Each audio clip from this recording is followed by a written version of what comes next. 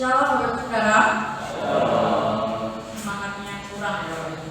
Karena kita ini menikmati kemerdekaan 17-an ya. Jadi kita juga harus lebih semangat sama seperti para penjajah dahulu ya yang semangat membela negara kita. Kita juga harus lebih semangat dalam memuji Tuhan. Shalom Bapak Saudara. Mari kita mau nyanyi buat Tuhan, kita mau memuji Tuhan, kita mau menikmati hadirat Tuhan. Haleluya.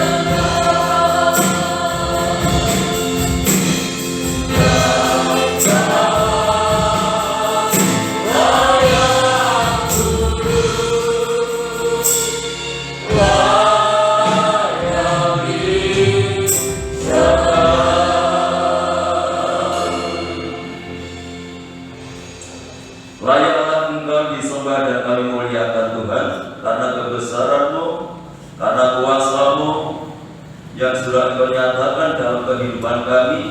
Bahkan kami ada, itu adalah oleh karena anugerah daripada Tuhan. Bersyukur pada saat pagi hari ini untuk kesempatan yang masih Tuhan sediakan dalam kehidupan kami, untuk kami dapat memenuhi panggilan Tuhan lewat ibadah yang disediakan di dalam kehidupan kami. Biarlah menjadi media bagi kami untuk kami dapat menyembah Tuhan, untuk kami dapat mengagungkan dan memuliakan Tuhan. Dan biarlah lewat persekutuan yang kami bangun dengan Engkau pada pagi hari ini boleh semakin menumbuhkan kasih kami, boleh menumbuhkan iman kami, boleh menumbuhkan pengharapan kami kepada Tuhan di tengah-tengah dunia yang saat ini sedang bertolak. Namun biarlah iman kami, kasih kami akan tetap kepada Tuhan. Terima kasih Bapak Surgawi, Engkau memberkati ibadah ini mulai dari awal hingga selesainya. Dan biarlah hadirat Tuhan, biarlah kuasa Tuhan boleh dinyatakan lewat ibadah pada pagi hari ini. Untuk itu berkatilah hamba-Mu yang saat ini sudah mempersiapkan diri untuk melayani pekerjaan yang mulia ini, baik leader, singer, pemain musik, ketua LCD, paduan suara, operator, pembuatan YouTube, maupun hamba-Mu yang akan menaburkan benih firman-Mu. Mari Tuhan, Kau sucikan kami, Kau kuduskan kami, Kau urapi kami, sehingga pelayan kami boleh berkenan di hadapan Tuhan dan boleh menjadi berkat bagi sidang jemaat Tuhan. Saudara-saudara kami yang lain yang saat ini mungkin masih dalam perjalanan untuk menuju ke tempat ini, Tuhan jaga, lindungi, sertai, tuntun dan bimbinglah mereka supaya segera tiba di tempat ini bersama kami untuk memuliakan Tuhan. Kalau pekerjaan kuasa kegelapan yang ingin mencoba mengganggu jalannya ibadah kami, bahkan ingin merebut berkat Tuhan yang Tuhan sediakan lewat ibadah ini, kami menyatukan hati bersama jemaat untuk memanggil nama-Mu di dalam nama Tuhan Yesus Kristus. Segala kuasa-kuasa yang bukan dari Allah dalam bentuk apapun, kami tolak, patahkan kuasanya dalam nama Yesus. Dan dalam yang kudus boleh menguasai tempat ini, menguasai hati dan pikiran kami, sehingga berkat Tuhan lewat ibadah pagi hari ini seutuhnya boleh menjadi bagian dalam kehidupan kami. Tuhan berkati setiap gereja-gereja-Mu yang saat ini sedang mengadakan ibadah yang sama seperti kami lakukan pagi hari ini. Sebagaimana Engkau memberkati kami, Tuhan memberkati mereka semuanya, agar nama Tuhan dipermuliakan. Hanya di dalam nama Tuhan Yesus Kristus kepada gereja, kami serahkan segala doa kami buka ibadah kami pagi hari ini, dan yang siap untuk memuliakan Tuhan, mari bersama kita katakan amin.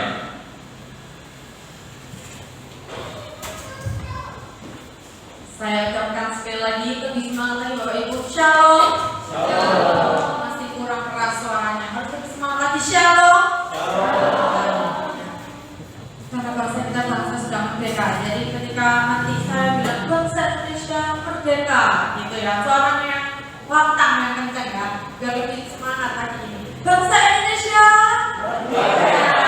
Orang semangat ya, lebih semangat lagi. Tolong tangannya dikepalin nih ya, gitu ya. Bangsa Indonesia merdeka. Ya, saya udah mau istirahat untuk seperti ini karena kita mau bernyanyi buat Tuhan. Kita adalah umat-umat pilihan Tuhan. Kita adalah umat-umat kita ya. Kita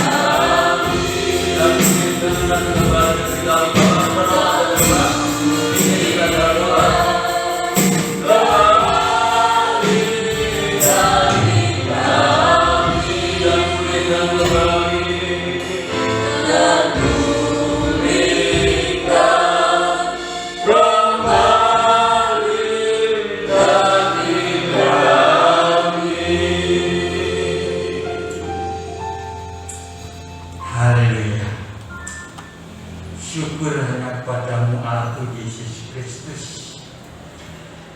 Atas kasih kemurahan-Mu Tuhan yang telah Tuhan nyatakan bagi kehidupan kami. Kalau pada saat ini kami ada sebagaimana kami mengerti, ini bukan oleh karena usaha dan kekuatan kami, namun oleh karena kasih anugerah-Mu yang telah Tuhan nyatakan bagi kehidupan kami. Bahkan Engkau Tuhan telah memerdekakan kami dari lumpur dosa, sehingga kami Tuhan boleh kembali berhubungan dengan Allah atas pengorbanan-Mu di atas kayu salib Tuhan.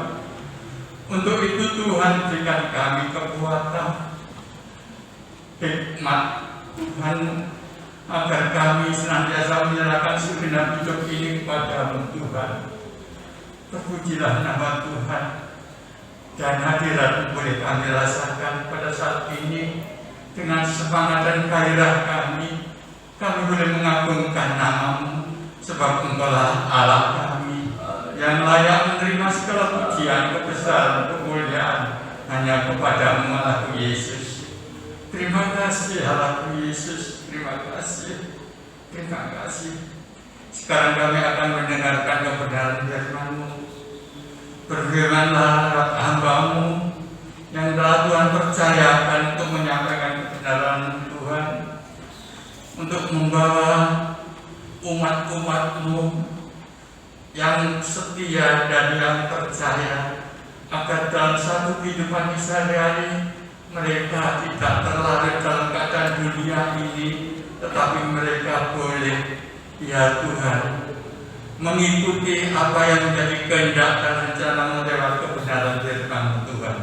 Sekali lagi pakai hamba-Mu, berikan hikmat-Mu Tuhan, sehingga hamba-Mu bisa menyampaikan firman-Mu dengan baik dan benar, sehingga bisa kami rasakan Tuhan untuk mengubah sikap kehidupan kami Tuhan, sehingga kami pulang pada sejahtera sukacita boleh kami alami. Terima kasih Tuhan, terima kasih. Jikalau ada roh jahat, roh iblis yang sengaja untuk mengganggu jalannya kepada kami Tuhan, tidak ada kuasa yang lebih besar kecuali kuasa Kristus sendiri. Oleh sebab itu kami bersatu hati di dalam nama Tuhan Yesus Kristus. Kiranya kuasa Tuhan menguasai ruangan ini, terlebih ruangan hati kami. Terima kasih Bapa, terima kasih.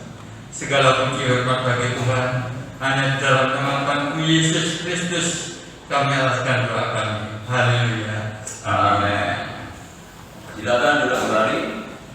Ibu saudara yang dikasihi oleh Tuhan, saya sampaikan salam. Salam sejahtera di dalam kasih Tuhan kita Yesus Kristus. Hanya oleh karena anugerah dan kemurahan Tuhan, pagi hari ini kita dipertemukan kembali lewat ibadah raya 1 yang masih Tuhan sediakan di dalam kehidupan kita. Ya, hari-hari ini bangsa kita ya sedang sibuk merayakan hari ulang tahunnya yang ke-77 tahun. Dan kita bagian dari bangsa ini tentunya juga tidak lepas dari rasa syukur kita kepada Tuhan.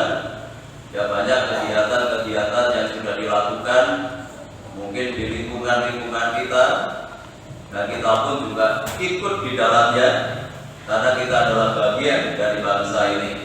Ya, kita bersyukur kalau Tuhan menganugerahkan kemerdekaan untuk bangsa kita.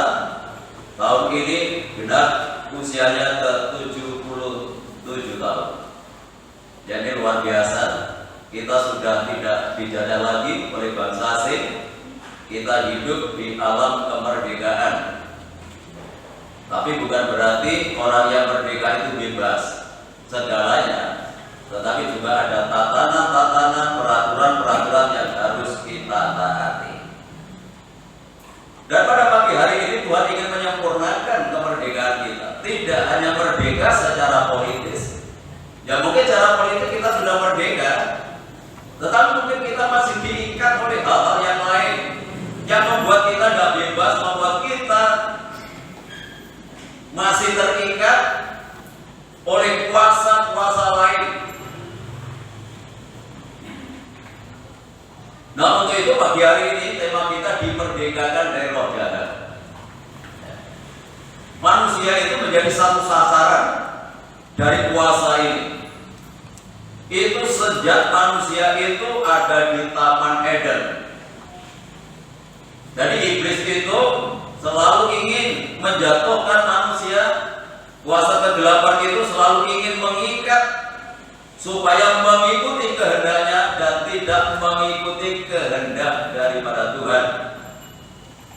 Nah, untuk itu kehadiran Tuhan Yesus Kristus ke dalam dunia ini untuk membebaskan, untuk melepaskan, untuk memerdekakan kehidupan manusia itu dari ikatan kuasa kegelapan,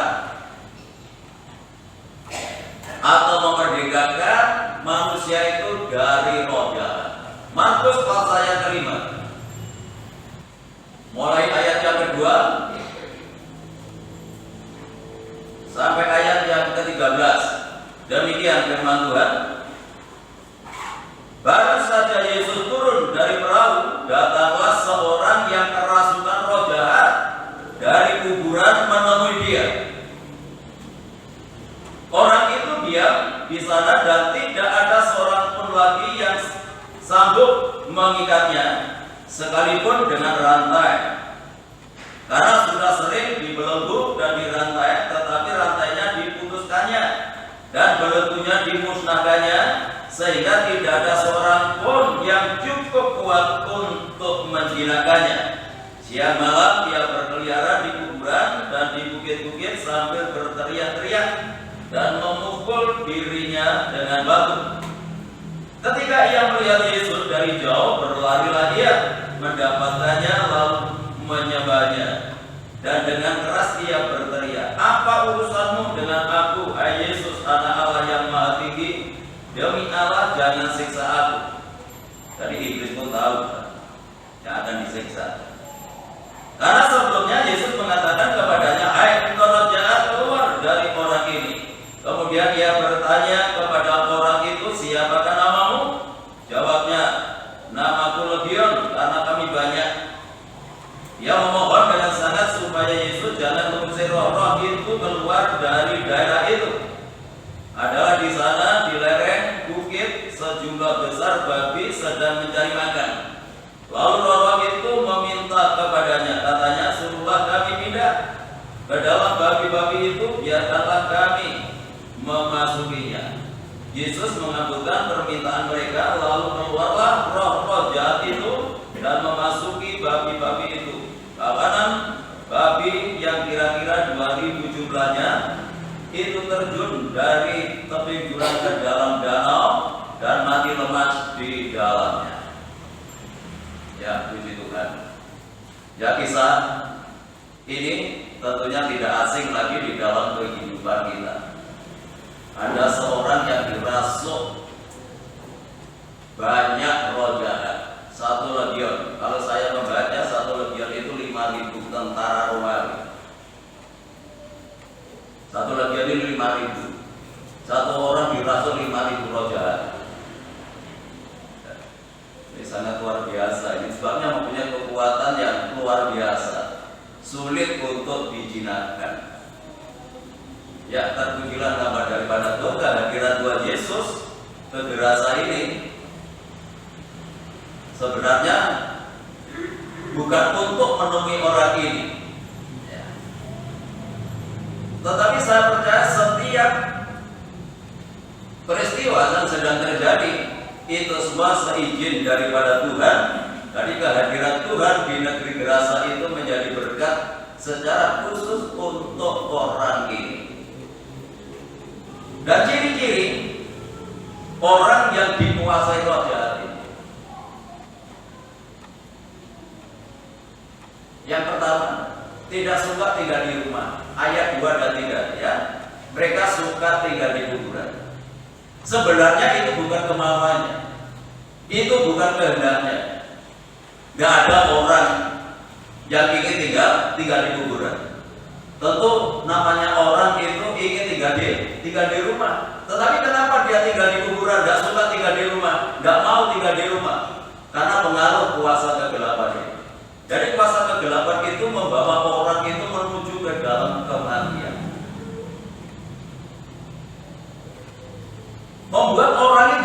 suka, nggak betah tinggal di rumah. Kalau itu berbicara anak Tuhan, nggak betah tinggal di rumah Tuhan, nggak ada keinginan untuk beribadah kepada Tuhan. Sebenarnya bukan mereka, bukan kehendak mereka, tetapi kehendak kuasa kegelapan yang mempengaruhi kehidupannya. Oleh karena kuasa kegelapan yang menyetir hidupnya, sehingga mereka tidak ada keinginan lagi untuk tinggal di rumah Tuhan.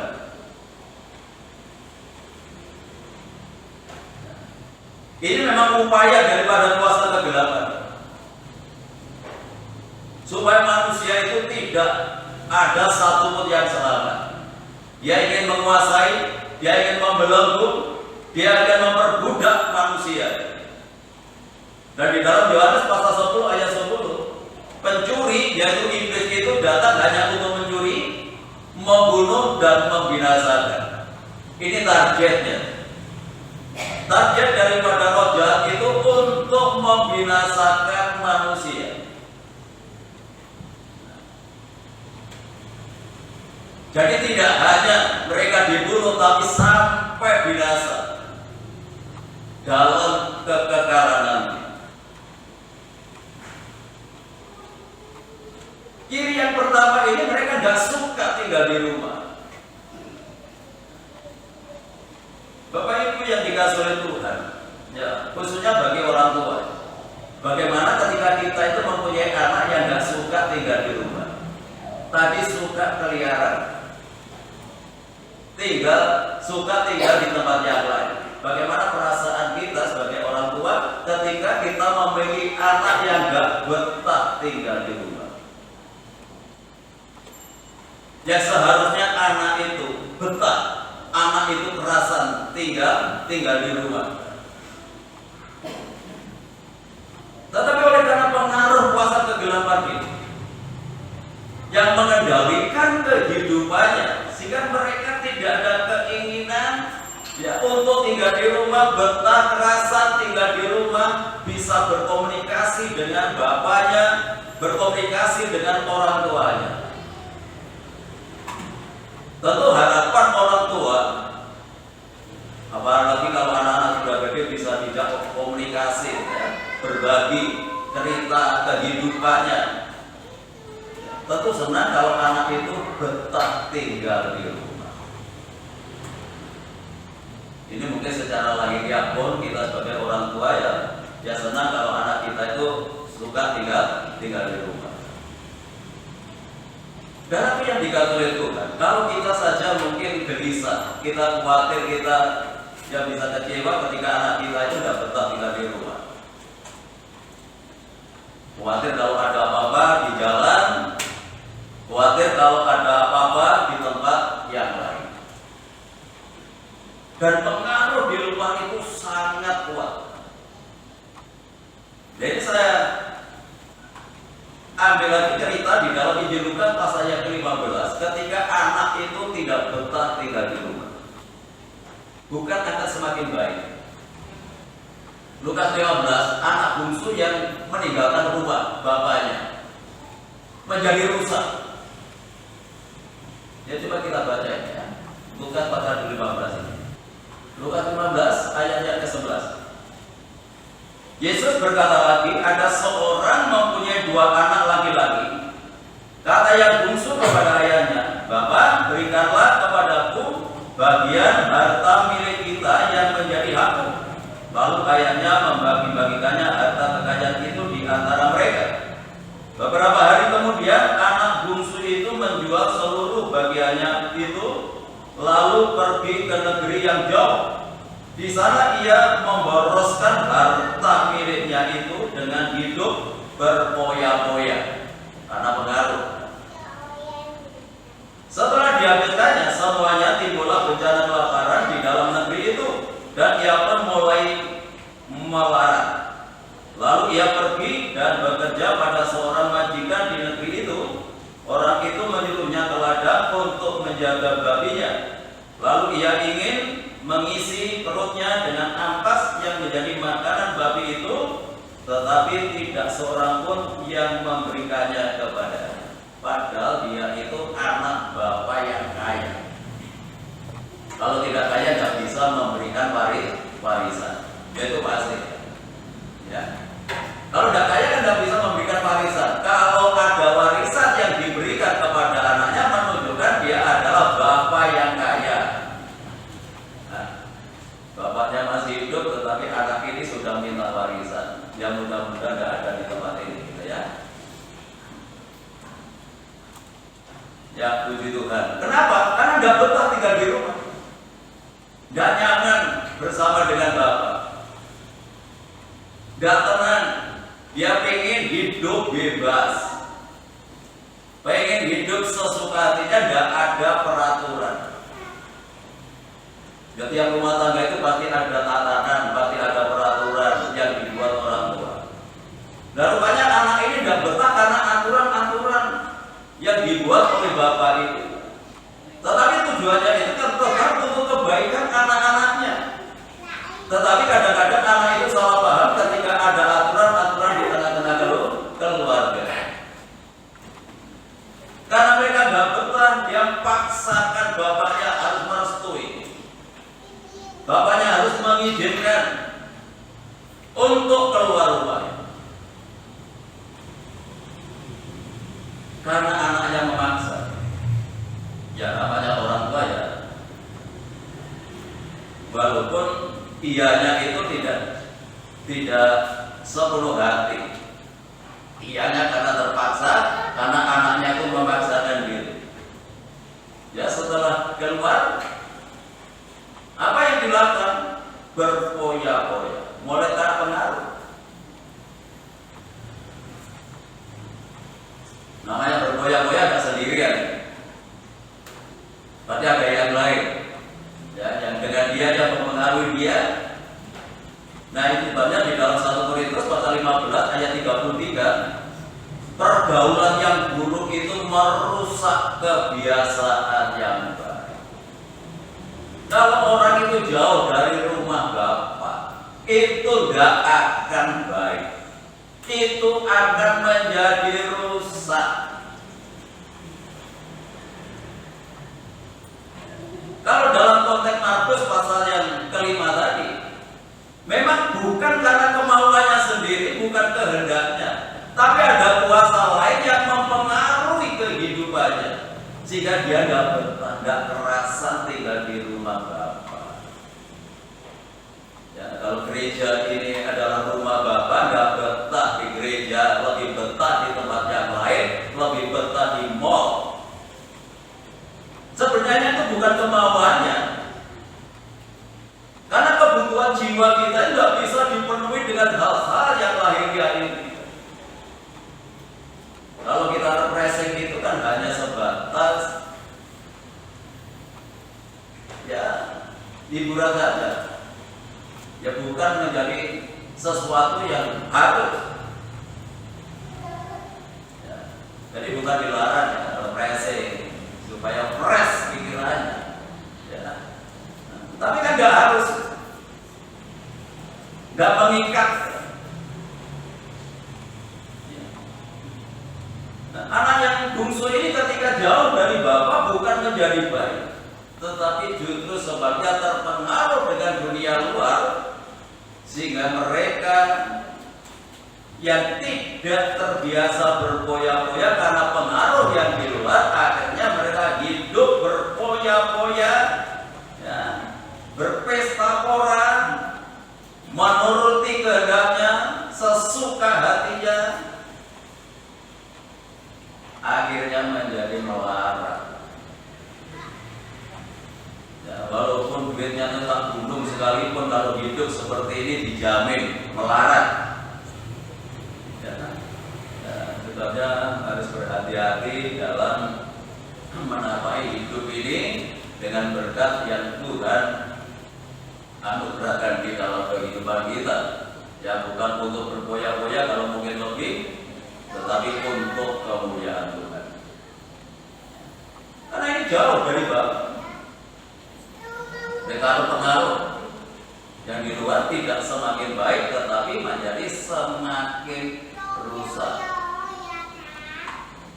Apalagi segala-galanya sudah lenyap oleh karena dia hidup berpoya-poya tadi, kekayaannya sudah habis, terjadilah bencana kelaparan di negeri itu.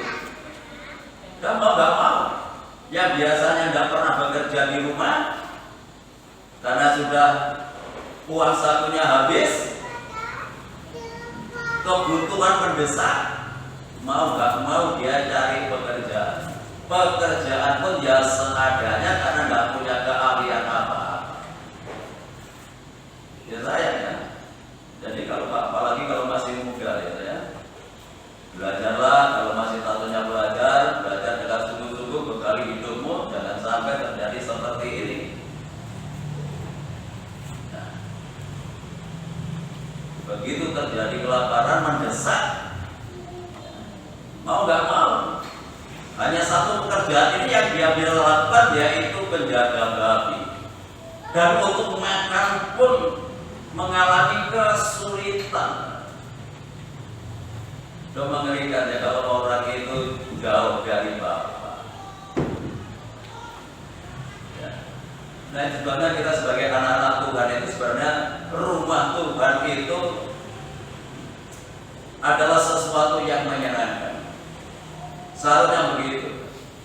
Itu ada pepatah yang mengatakan, rumahku adalah istanaku, sejelek apapun, tetapi kita lebih betah dengan rumah kita sendiri. Ya. Rumahku adalah istanaku. Jadi rumah Tuhan ini bagian istana dalam kehidupan kita, yang menarik, yang menyejukkan, yang menundukkan hati kita.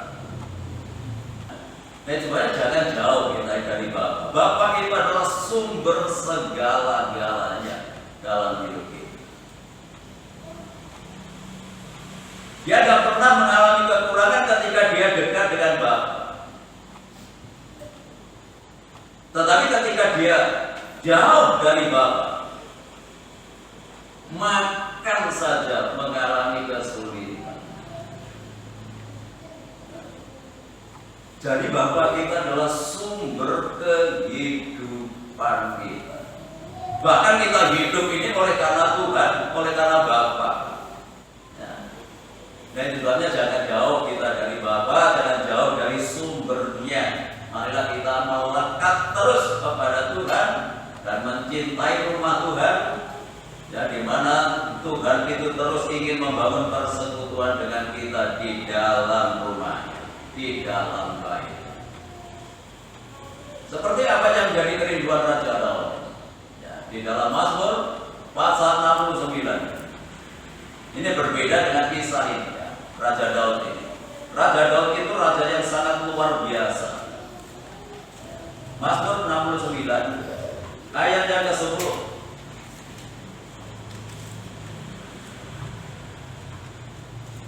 Mazmur 69 ayat yang ke-10, demikian firman Tuhan, sebab cinta untuk rumahmu menghanguskan aku, dan kata-kata yang mencela engkau telah menimpa aku.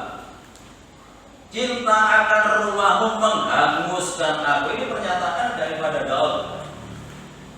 Jadi cinta rumah Tuhan itu membakar jiwanya, membakar hatinya, membakar semangatnya untuk cinta akan rumah Tuhan. Nah, kita dibakar oleh apa? Ya, bakar oleh api semangat mencintai rumah Tuhan, atau kita dibakar oleh hawa nafsu yang membuat kita jauh daripada Tuhan. Nah, itu sebabnya Raja Daud ini sangat luar biasa, orang yang diberkati oleh Tuhan.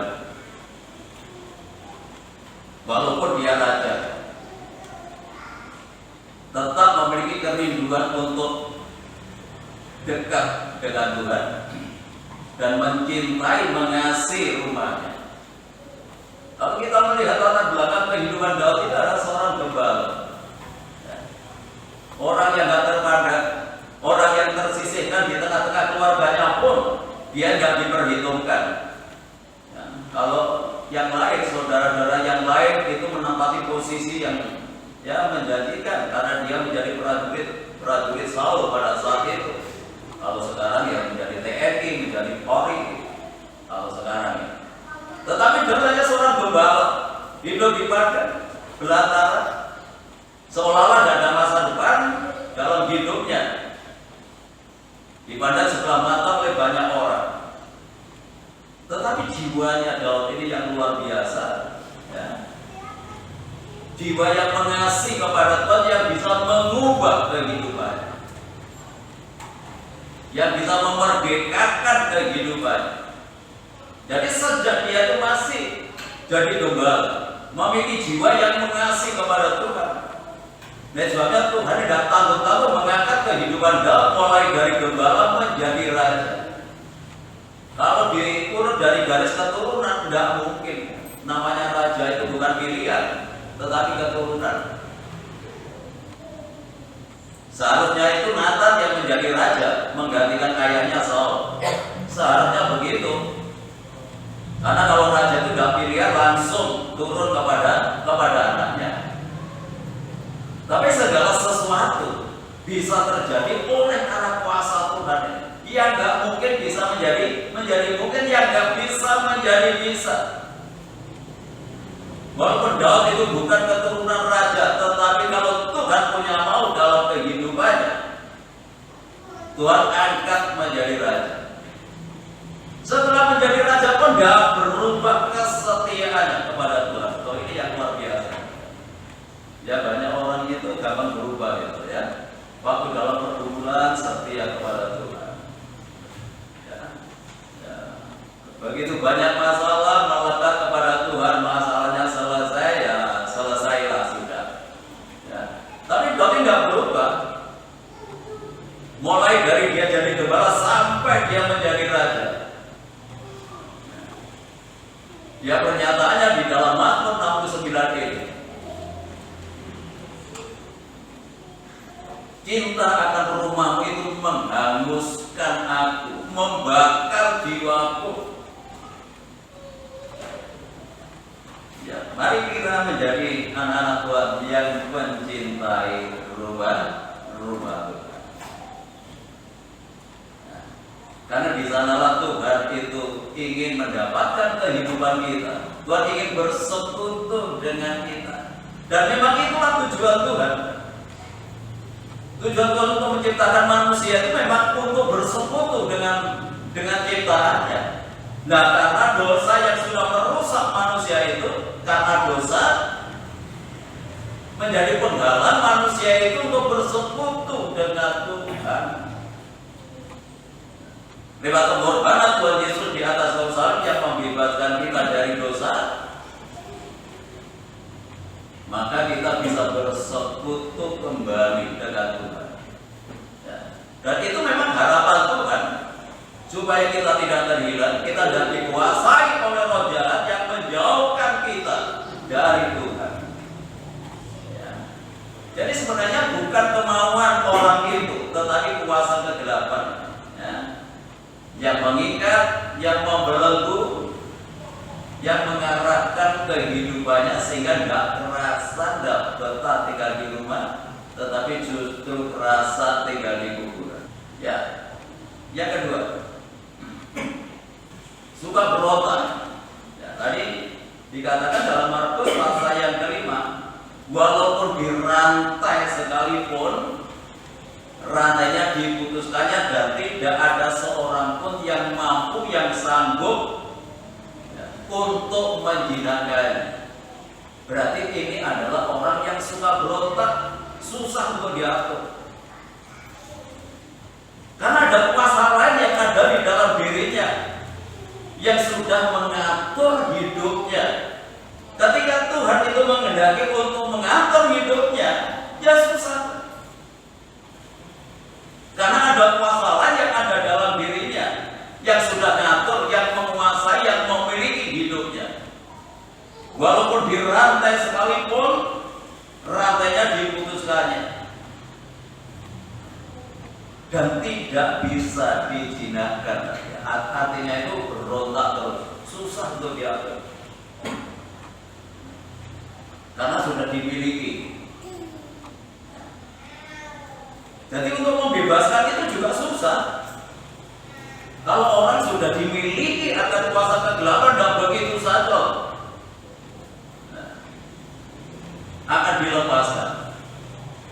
Sama ketika orang itu menjajah, ya bangsa-bangsa asing dulu menjajah negeri ini kan tidak begitu saja menyerahkan. Ketika mereka merasa kalah, itu baru diserahkan. Selama dia ada kekuatan, kalau bisa terus dikuasai karena mendapatkan keuntungan bisa. Sama kuasa kegelapan ini juga tidak begitu saja loh ingin melepaskan manusia ya, dari belenggunya, dari ikatannya.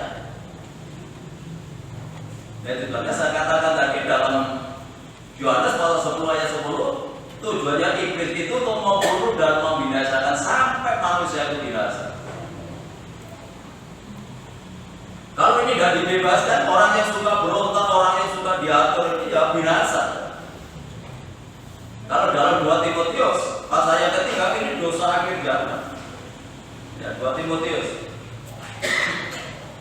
Ya, dosa akhir zaman itu orang sulit untuk dikendalikan, orang sulit untuk ditata, orang sulit untuk diatur, orang suka dengan kehendaknya sendiri. 2 Timotius pasal yang ketiga. Orang-orang seperti ini adalah orang-orang yang dikuasai oleh roh jahat ini. Ketahuilah bahwa pada hari-hari terakhir akan datang masa yang sukar. Manusia akan mencintai dirinya sendiri, menjadi hamba. Mereka akan membual dan menyombongkan diri. Mereka akan menjadi pemfitnah. Mereka akan berontak terhadap orang tua dan tidak tahu berterima kasih, tidak mempedulikan agama, tidak tahu mengasihi, tidak mau berdamai, suka menjelekkan orang, tidak dapat mengekang diri, garang, tidak suka yang baik, suka pengkhianat, tidak berpikir panjang, berlagak tahu, lebih menuruti hawa nafsu daripada menuruti Allah. Secara lahiriah mereka menjalankan ibadah mereka, tetapi pada hakikatnya mereka memungkiri kekuatannya. Jauhilah mereka itu. Ini bukan orang yang ibadah, tetapi masih dikuasai oleh roh jahat.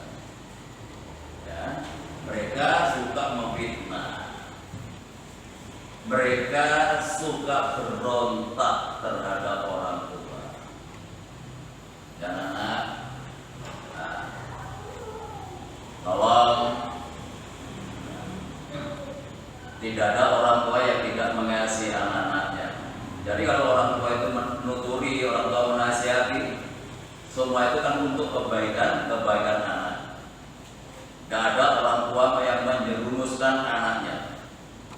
Ya, itu kan jangan berontak ketika orang tua itu menasihati. Tetapi memang kuasa kegelapan itu ingin membuat orang itu seperti ini, ya, suka berontak terhadap orang tua, nggak tahu berterima kasih,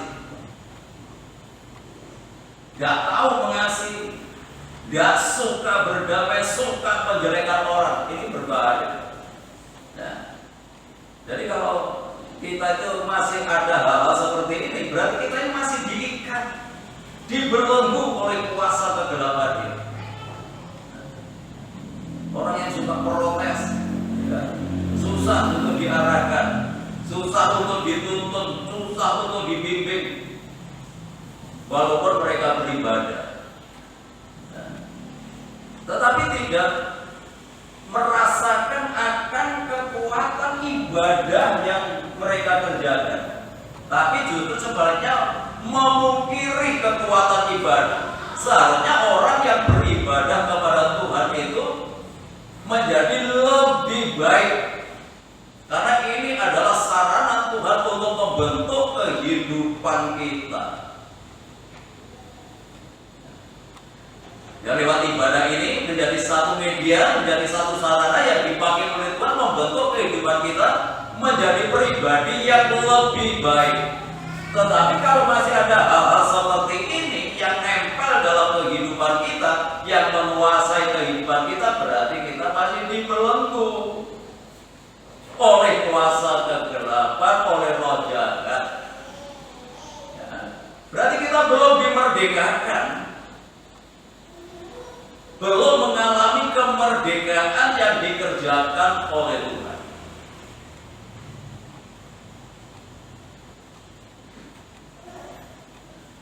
Ini ciri-ciri tadi ya. Jadi kalau kita suka berontak, protes yang gak beralasan, atau cari-cari alasan untuk membenarkan keinginannya, membenarkan pendapatnya, ini berbahaya. Yang ketiga pada ayat yang kelima, tadi dikatakan mereka suka berkeliaran, ya, pergi ke bukit-bukit, pergi ke kuburan, suka berkeliaran. Artinya itu tidak ada ketenangan. Ini paling susah kalau orang itu tidak ada ketenangan dalam hidupnya. Seharusnya kita tinggal di rumah Bapak itu menikmati ketenangan. Karena Bapak kita itu adalah Bapak sumber ketenangan. Ya. Jadi anak Tuhan itu harus merasakan ini. Kalau tidak merasakan ketenangan, kedamaian, nggak terasa, nggak betah tinggal di rumah. Jadi rumah Tuhan itu tempat yang meneduhkan jiwa kita, menenangkan pikiran kita. Itu yang seharusnya kita rasakan ketika kita itu bersekutu dengan Bapa. Tidak seperti roh jahat tadi yang menguasai orang itu, mereka berkeliaran, berteriak-teriak. Karena tidak ada ketenangan dalam jiwa. Nah, Mazmur pasal 62 ini, ayat yang kedua dan 3. Mazmur 62 yang kedua dan 3. Hanya dekat Allah saja aku tenang, daripadanya lah keselamatanku. Hanya dialah gunung batuku dan keselamatanku, kota bentengku. Aku tidak akan goyah. Pernyataannya siapa? Daud. Kenapa dia cinta akan rumah Tuhan?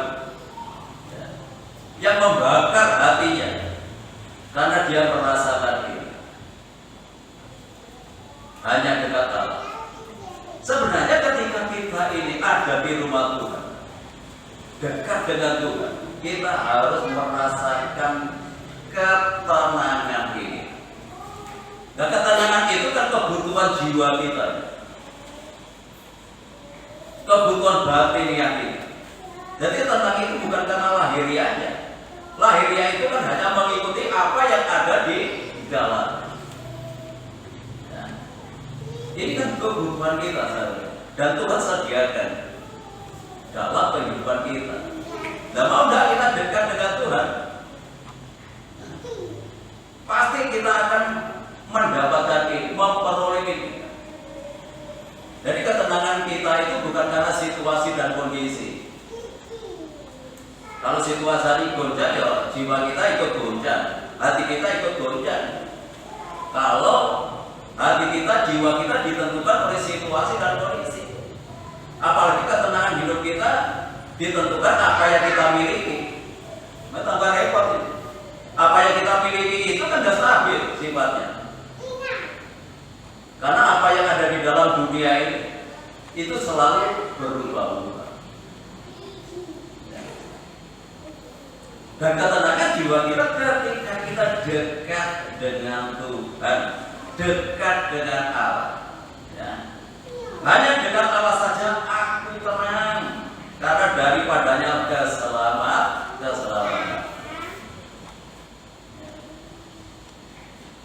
Kita tidak akan teriak-teriak seperti orang yang dikuasai roh jahat, tidak kesana kemari. Ya. Kalau di dalam Markus pasal 5 tadi disebutkan berkeliaran. Sebenarnya dia pun juga mencari perhentian. Ya. Sampai di bawah seperti ini. Ya.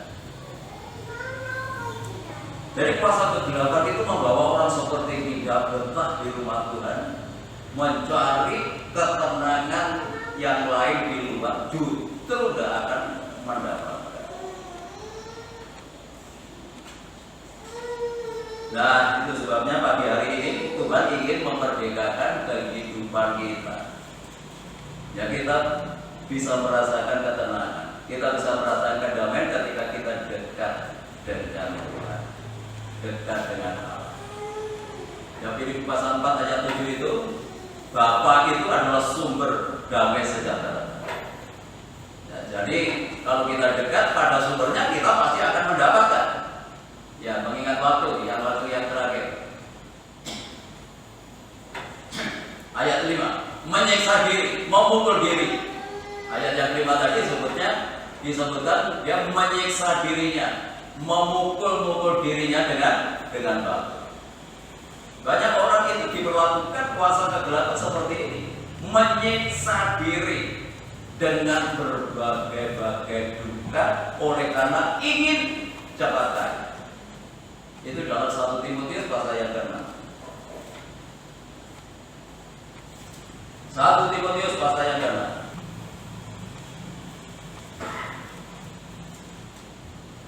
Tadi memukul dirinya dengan batu, artinya menyiksa diri. Nah, banyak orang itu dikuasai roh jahat. Memang gak memukul dirinya, tetapi menyiksa dirinya dengan berbagai duka supaya ingin cepat menjadi kaya. Ayat 9 dari 1 Timotius. Tetapi mereka yang ingin kaya terjatuh ke dalam pencobaan, ke dalam jerat, dan ke dalam berbagai nafsu yang hampa dan yang mencelakakan, yang menenggelamkan manusia ke dalam keruntuhan dan kebinasaan. Karena akar segala kejahatan ialah cinta uang, sebab oleh memburu uanglah beberapa orang telah menyimpang dari iman dan menyiksa dirinya dengan berbagai duka. Ya. Karena cinta akan uang. Ya. Kita butuh uang. Ya, kita hidup pakai sarana ini. Tidak bisa tanpa sarana uang. Karena ini adalah satu sarana yang memang dipakai ya dalam pemerintahan kita untuk jual beli itu pakai uang. Kita butuh sesuatu juga pakai uang. Kalau sebentar lagi kita akan membongkar tempat ini juga pakai uang. Nah, tetapi kita tidak boleh terikat cinta akan uang sehingga menyiksa dirinya.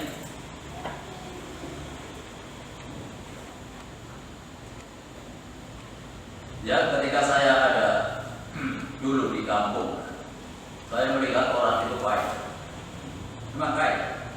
Dia punya toko, punya rumah yang bagus, dan tidak hanya satu rumahnya, tetapi dia tinggal itu, ya.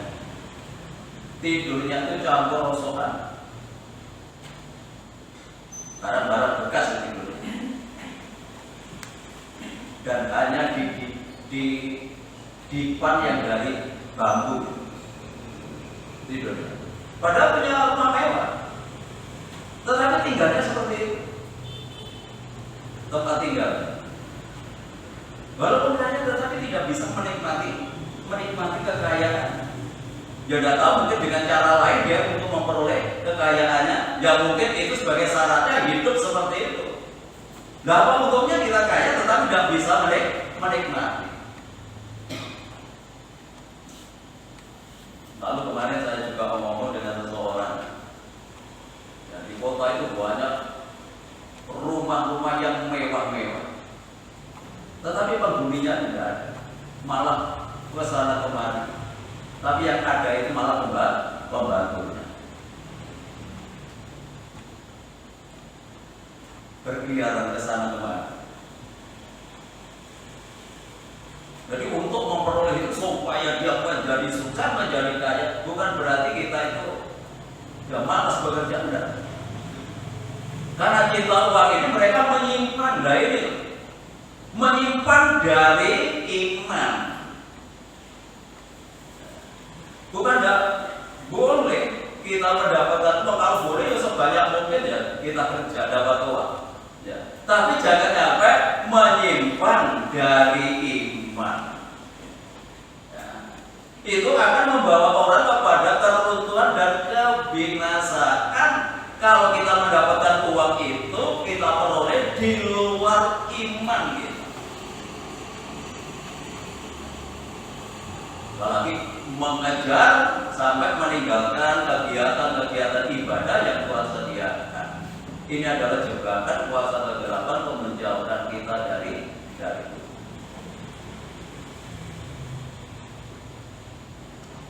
Ketika Tuhan melihat orang yang seperti ini, Tuhan tidak tinggal diam, ingin supaya orang itu dibebaskan. Jadi kuasa kegelapan tadi sudah takut sebenarnya ketika dia melihat Yesus. Apa urusanmu dengan kami, hai anak Allah yang Maha Tinggi? Jangan siksa aku, sok dulu waktunya. Dia sudah tahu. Kuasa kegelapan tahu bahwa dia akan masuk dalam penyiksaan yang akan datang. Nah, sebabnya dia tidak mau disiksa sendiri, melibatkan manusia yang mau dipengaruhi.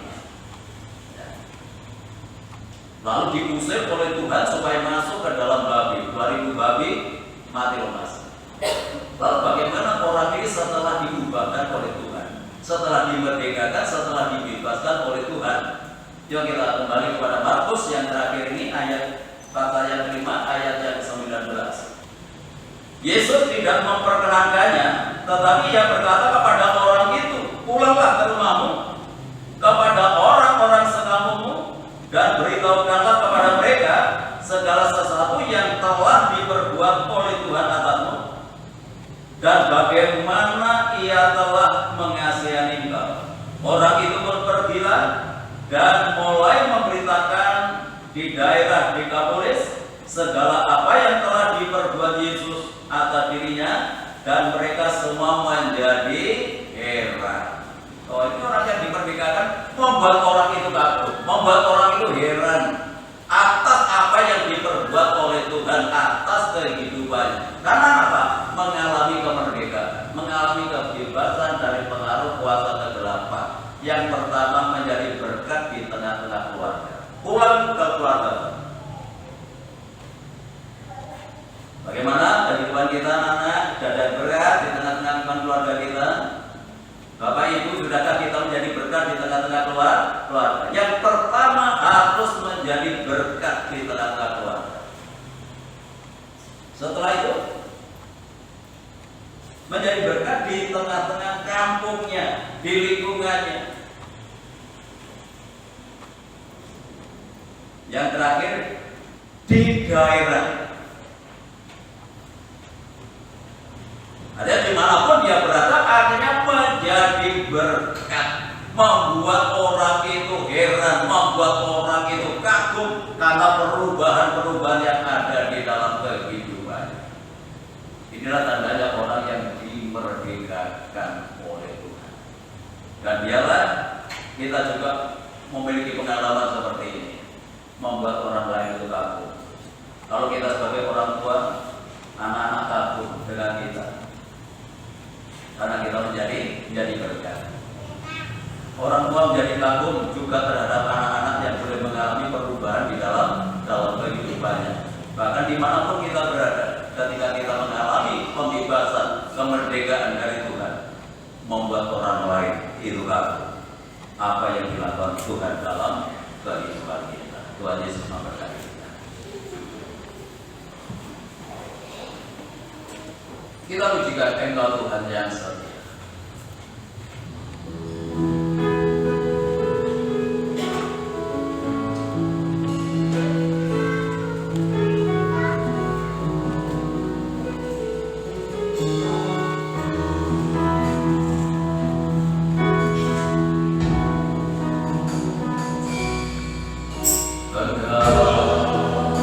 Tuhan yang setia.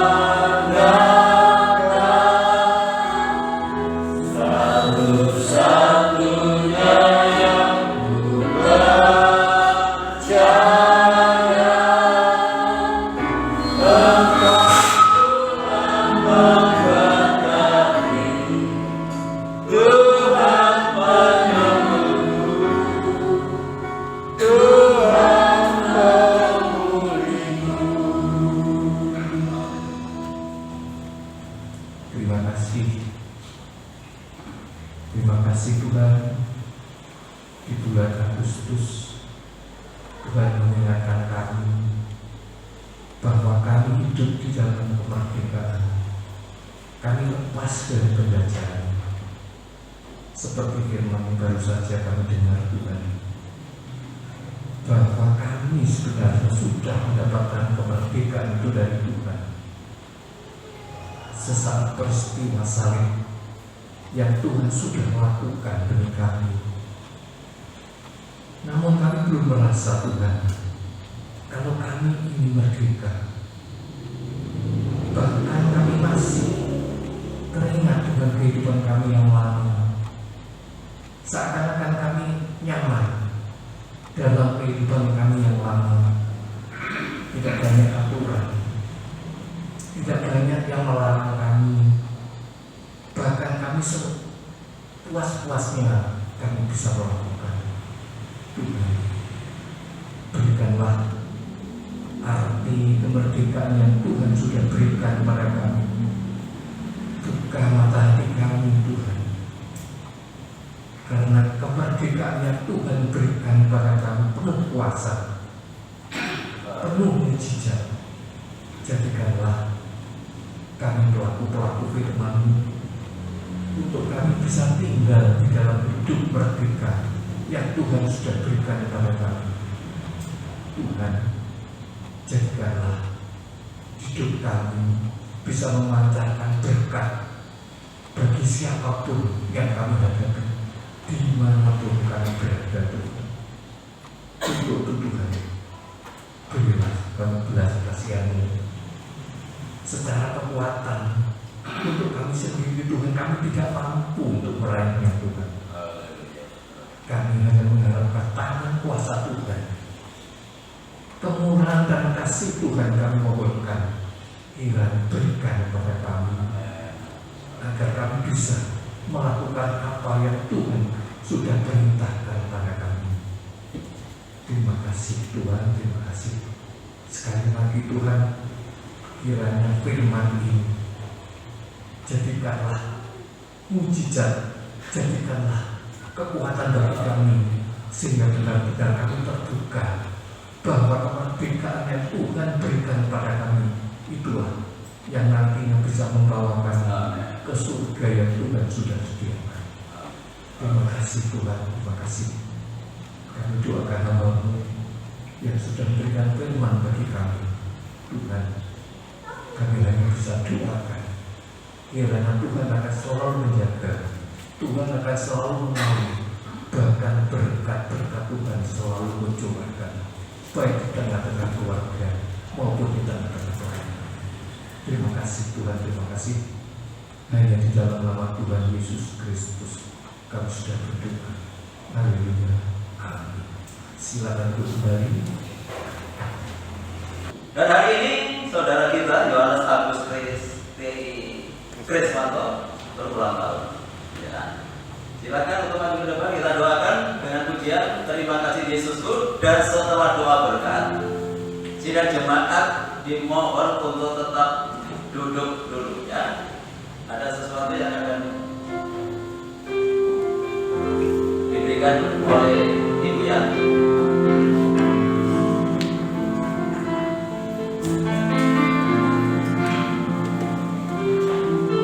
Silakan umat kembali berdiri. Kita doakan bersama. Silakan berduduk.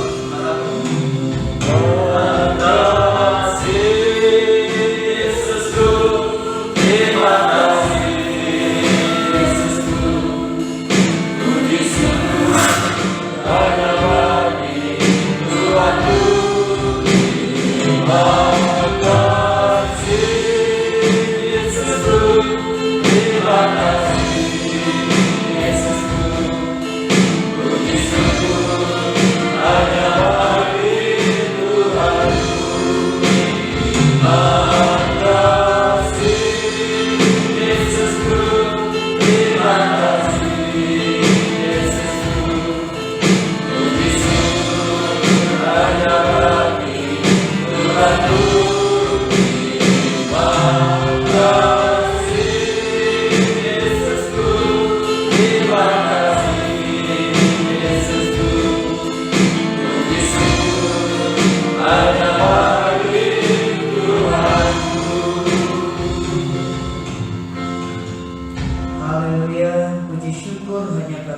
Tuhan, pada hari ini kami naikkan Tuhan, dan pada hari ini kami menyatukan hati bersama seluruh sidang jemaat-Mu, bersama hamba-Mu, untuk mendoakan anak kami Yohanes Agus Tuhan, yang hari ini genap ulang tahun. Kiranya Kau turunkan berkat damai sejahtera, sukacita, kekuatan, kesehatan, hikmat, kekuatan hidupnya, bahkan segala kerinduannya, segala cita-citanya Tuhan berkati. Segala pergumulan yang tidak kami tahu, tetapi Engkau Allah yang Maha tahu, maka Engkau Allah yang akan berikan kemenangan demi kemenangan untuknya semasa muda, sehingga kami tetap dalam Tuhan, melayani Tuhan seumur hidupnya, karena hidupnya telah diserahkan untuk melayani Engkau Tuhan. Memberkati segala usaha pekerjaannya, memberkati masa depannya, di dalam nama Yesus Kristus dan sampai selamanya.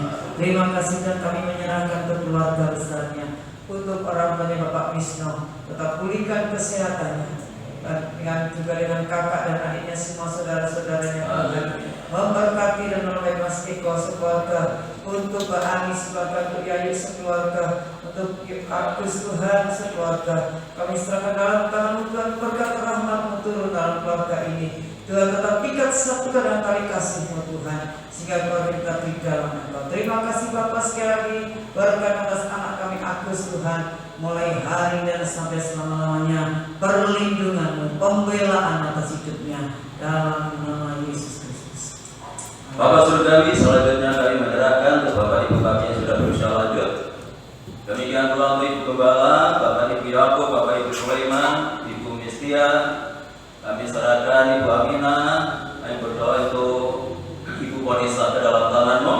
Kiranya Tuhan anugerahi dengan kekuatan dan kesehatan. Kami menyerahkan kesempurnaan kesehatan Ibu Tutut dalam tangan-Mu. Walaupun saat ini sudah bersama kami, biarlah Tuhan semakin menyempurnakan kondisi kesehatannya. Berkati lingkungan kami, berkati kota kami, bangsa dan negara kami dengan ketenangan, kedamaian dan kesejahteraan.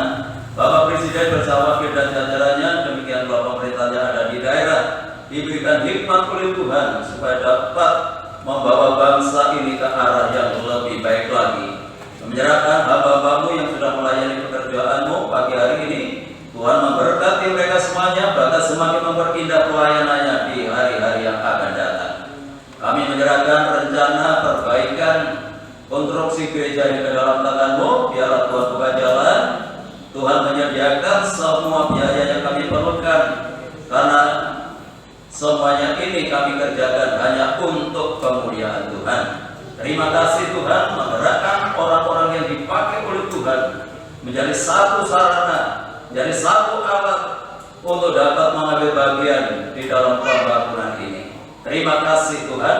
Kami menyerahkan seluruh sidang jemaat ke dalam tangan-Mu, baik yang hadir pagi ini maupun yang tidak hadir, baik yang ada di dalam kota, di luar kota. Tuhan tetap jaga, lindungi, serta tuntun dan bimbinglah mereka.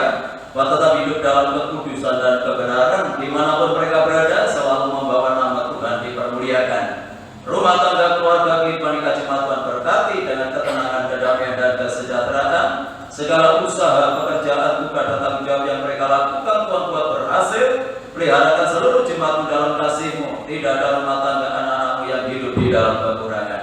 Anak-anak yang berduduk di bangku sekolah, mulai dari kelas saya perguruan tinggi, berkati mereka dengan kecerdasan dan kearifan. Jadikan anak-anak yang berprestasi, baik dalam akademiknya maupun non-akademiknya, jadikan berkat dalam pergaulannya. Bagi sidang jemaat yang sudah memberikan persembahannya, mengembalikan perpuluhannya, Tuhan kembalikan berlipat kali ganda sesuai dengan janji firman-Mu. Sebentar lagi kami akan meninggalkan tempat ini, kembali ke rumah masing-masing. Jaga lindungi sertai kami dalam perjalanan, tiba di rumah dengan selamat, tidak kekurangan sesuatu apapun. Kembalikan kami dalam kegiatan ibadah yang akan datang dalam keadaan yang lebih baik dari pagi hari ini. Bapak Ibu Saudara yang dikasihi oleh Tuhan, sekarang terimalah berkat damai sejahtera dari Allah Bapa, kasih karunia-Nya dari Tuhan Yesus Kristus, dan lewat persekutuan Roh-Nya yang kudus, menyertai dan memberkati kita mulai pagi hari ini sampai Maranatha, Tuhan Yesus datang kembali. Dalam nama Tuhan Yesus kami berdoa dan ucap syukur. Yang diberkati Tuhan, mari bersama kita katakan amin. Silakan duduk.